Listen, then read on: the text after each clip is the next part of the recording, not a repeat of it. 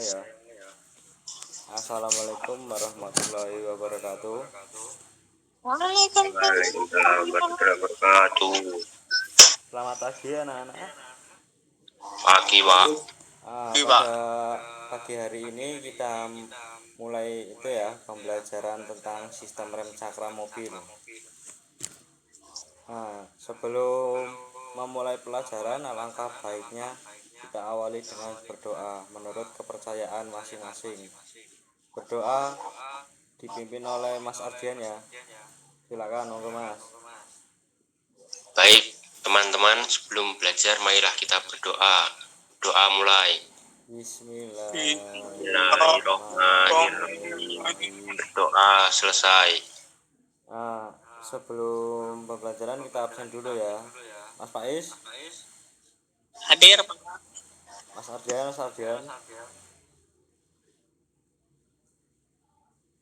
Halo Mas Ardian. Hadir, Pak. Oke, Hadir, Pak. Sinyalnya agak ngelek, Pak. Iya, nggak apa-apa Mas. Kemarin ini kita udah mempelajari tentang sistem rem cakram ya. Kita sedikit flashback tentang sistem rem cakram mobil. Di sini ada yang masih ingat nggak ya, sistem rem cakram mobil itu kayak gimana mungkin? Coba Mas Faiz. Atau sistem untuk menghentikan laju kendaraan, Pak. Oke, baik. Nah, ini di sini ada gambarnya ya. Kelihatan ya gambar sistem rem cakram mobil itu seperti apa. Oke. Nah, ini bentar. Coba sebutin ini. Masih ada yang hafal nggak? Apa komponen-komponen sistem rem cakram itu apa saja? Monggo Mas Ardian atau Mas Faiz bisa dijawab ya satu-satu gantian.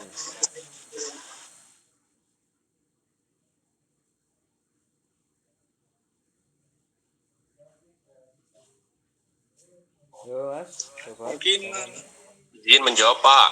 Ya.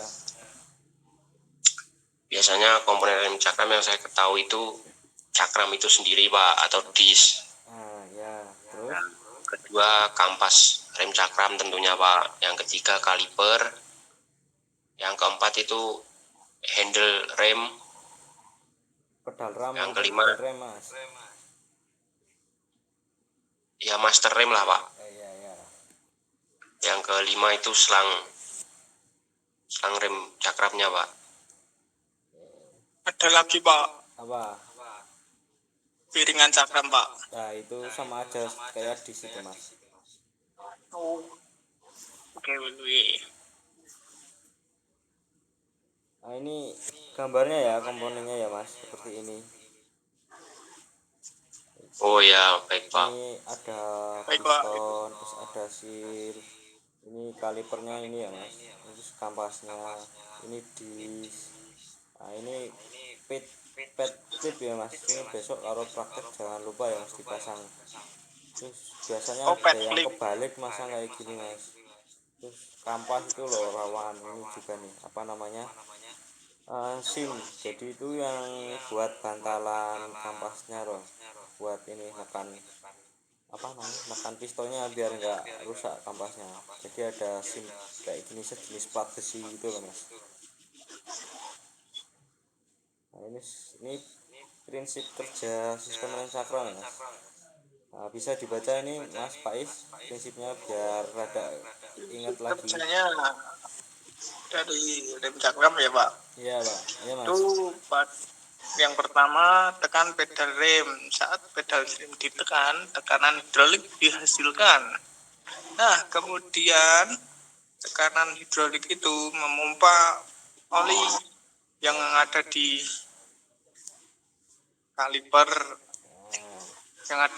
kaliper atas, lalu ditekan menuju ke kaliper bawah, lalu terjadi gesekan untuk mendorong kampas rem tersebut.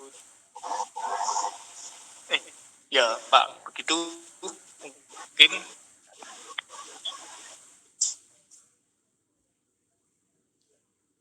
Baik Mas, betul Mas. Nah, ini selanjutnya tuh tentang apa namanya? nih yang masih ingat kerusakan-kerusakan yang sering terjadi itu pada sistem rem cakram itu apa saja ya? Mungkin Mas Adi bisa dibantu menjawab Mas. Itu Pak, biasanya rem blong Pak, atau bisa juga itu masuk angin Pak, kalipernya Pak. Itu rem blong itu biasanya bisa sebabkan karena apa ya Mas? Mungkin karena itu Pak, apa, masuk angin Pak, jadi remnya blong. Overheat juga mungkin bisa ya Mas, kayak kepanasan Ya, gitu habis biasanya dari overheat. tanjakan, terus turunan panjang gitu kan bisa menyebabkan panas. Ya, panas berlebih gitu ya Pak. Permasalahan umumnya seperti ini ya nih. Itu juga apa namanya, ini kan piringan kadang makin lama dipakai kan dia tuh mengalami keawasan ya, jadi dia bisa tidak rata itu loh, jadi harus dibubut ulang. Biasanya kalau piringan udah nggak rata itu bisa menyebabkan apa namanya, remnya itu undut-undutan gitu loh Mas, karena nggak rata kan Oh, kampas remnya. Ini nggak rata gitu ya, nggak halus gitu ya Pak. iya, rasanya tuh kayak undut-undutan gitu loh remnya pas diinjak gitu. Ini proses apa namanya, proses pembubutannya ada ya di sini ya. Oh, berarti kalau nggak halus bisa dibubut Pak, nggak harus diganti. Bisa Mas, ini bisa di itu ya bubut. Nah, ini paling cuman berapa mili ya, jangan nggak sampai kepikisan ini. Terus ini yang selanjutnya, nah ini udah selesai ya tentang sistem dan cakra mobil. Mungkin ini berlanjut tentang sistem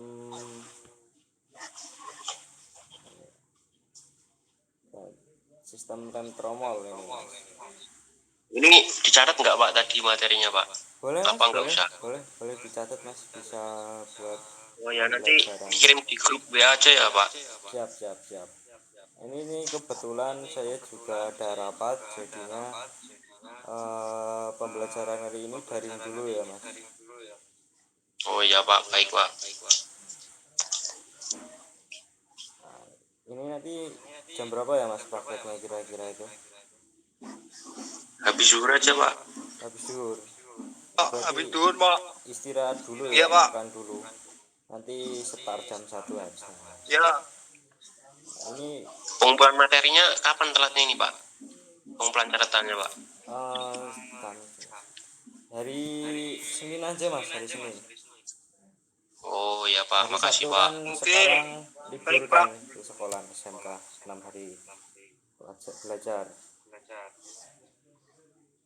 Oke, siap Ini siap Pak. ini udah, nanti habis ini pelajaran siapa ya?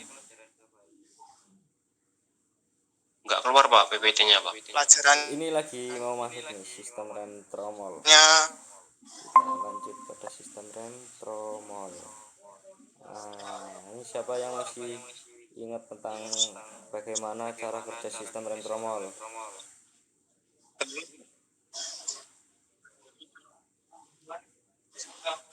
Ini siapa?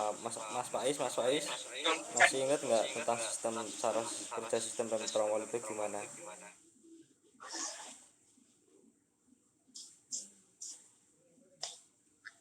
cara kerja sistem tromol. Siapa yang tahu coba? Bagaimana Pak? Ini siapa yang tahu tentang cara kerja tentang sistem rem tromol?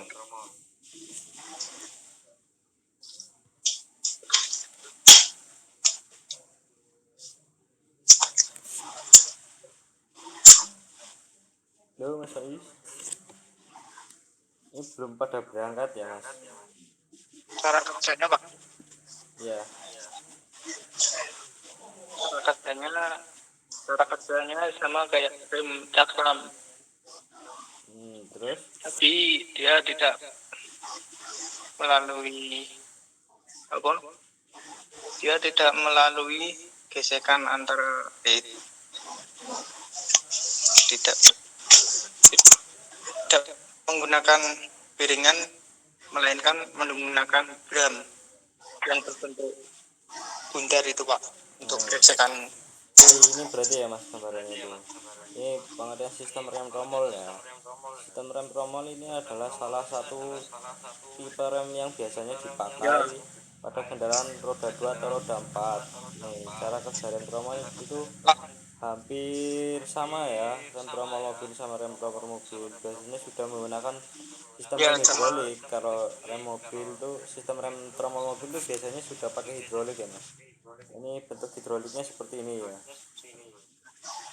Ini ya, kelihatan nggak mas? Ya, Halo, saya izin beli kuota dulu bang. kenapa mas Faiz? Izin beli kuota dulu. Hmm? Izin beli kuota dulu pak. Oh Tapi gini, kuota saya. ini seperti kayak gini ya mas Ardi, bentuknya apa namanya, hidrolik pada rem tromol mobil. Oh ya pak. Ini kampasnya seperti ini, dan ini adalah backdrumnya ya, atau tromolnya, rumah ini buat ngerem. Nah, ini selanjutnya ini ada prinsip kerja rem tromol. Nah, seperti ini ya. Ini cara kerjanya tuh ditekan dia. Nah, nanti hidroliknya itu bekerja apa namanya? Membuka gitu loh, mendorong Mendorong kampasnya. masternya gitu ya pak. Nah, prinsip kerjanya ini adalah dengan menggunakan sepasang sepatu rem yang menekan bagian dalam tromol untuk menghasilkan daya gesek. Sampai sini udah paham Mas Ardi, Mas Faiz? Kalau itu pak, kan tadi master remnya ditekan didorong. Kalau bocor gitu gimana pak? Kan biasanya ada yang bocor gitu pak. Nah, kenapa? Berarti itu masalahnya apa pak? Kok bisa bocor gitu loh pak? Master remnya. Biasanya itu anu mas, sealnya bisa rusak, terus rem tromol juga kan ini apa, pendinginannya kurang kan, secara kan tertutup tromol, jadi bisa overheat gitu mas. Hmm, Ini cara kerjanya seperti ini. berarti harus diganti set apa cuman dibersihkan saja gitu? Apa gimana pak? Untuk mengatasinya gitu. Itu tergantung ya mas, kalau kerusakannya nggak parah banget sealnya aja bisa diganti, tapi kalau sudah parah ya alangkah baiknya satu set sama ininya nih, hidroliknya, biar lebih aman. Soalnya kalau nggak satu set itu nanti bisa ceplos. Oh gitu ya pak. Iya. Ini masih ada yang mau ditanyakan lagi nggak tentang seputaran apa rem tromol ini? Itu pak, kalau kan pakai kampas tadi ya pak. Ya, Batas penggantian kampasnya itu berapa gitu pak? batas Berapa mili apa ada ukuran ketebalannya atau gimana? ketebalannya gitu pak? Atau ngikutin kilometer gitu? Oh, kalau ketebalan itu ya nggak ngikutin kilometer mas, tergantung pemakaian juga kan. Kalau sering dipakai setiap hari ya itu minimal itu ya 2 mili mas, kalau nggak 1,5 mili itu, 2 mili lah amannya itu. Oh harus diganti ya pak 2 Harus mili. diganti, terus harus juga sering dibersihkan kan, soalnya ini kan ya tertutup kan, jadi itu residu-residu bekas pengereman itu banyak kan menumpuk, itu bisa jadi nggak makem gitu loh mas, jadi pengeremannya kurang maksimal. Harus sering diservis juga, dibersihin. Oh gitu ya pak. Nah, sampai sampai ini masih ada yang ditanyakan ya mas? Kalau enggak ini lanjut tentang apa permasalahan yang sering terjadi pada sistem rem tromol itu apa saja ya? Lanjut aja pak. Oh, ini bagian-bagian utama dulu. Nah, ini gambarnya lebih jelas ya mas. Ini ada silindernya ya, atau master remnya. Ya master remnya ini hidroliknya ya, silinder roda, terus Ya pak. ini plat penahan belakangnya. Terus ini, nah ini tromolnya ini kayak gini. Ini ada kampas ya. Ini kabel rem tangan, ini biasanya bisa disetel. Ini bisa Nah kunci besar ya mas, ini tuh bisa disetel mas, nih setelnya tuh lewat sini, bisa diputar dia. Itu mau tanya Pak, Ya boleh. itu nyetelnya harus dibuka apa dari mana Pak? Apa ada lubangnya di belakang apa gimana itu Pak? Bisa disetel mas lewat belakang. Nah di belakang sini ya itu kan ada lubang kecil, biasanya bisa disetel pakai itu apa namanya, obeng min, diputer, ini kan dia gerigi, bergerigi nih.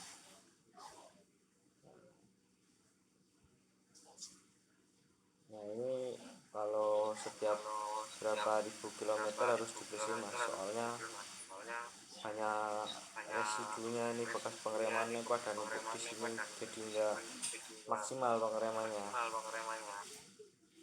Ini Oh ya Pak, baik.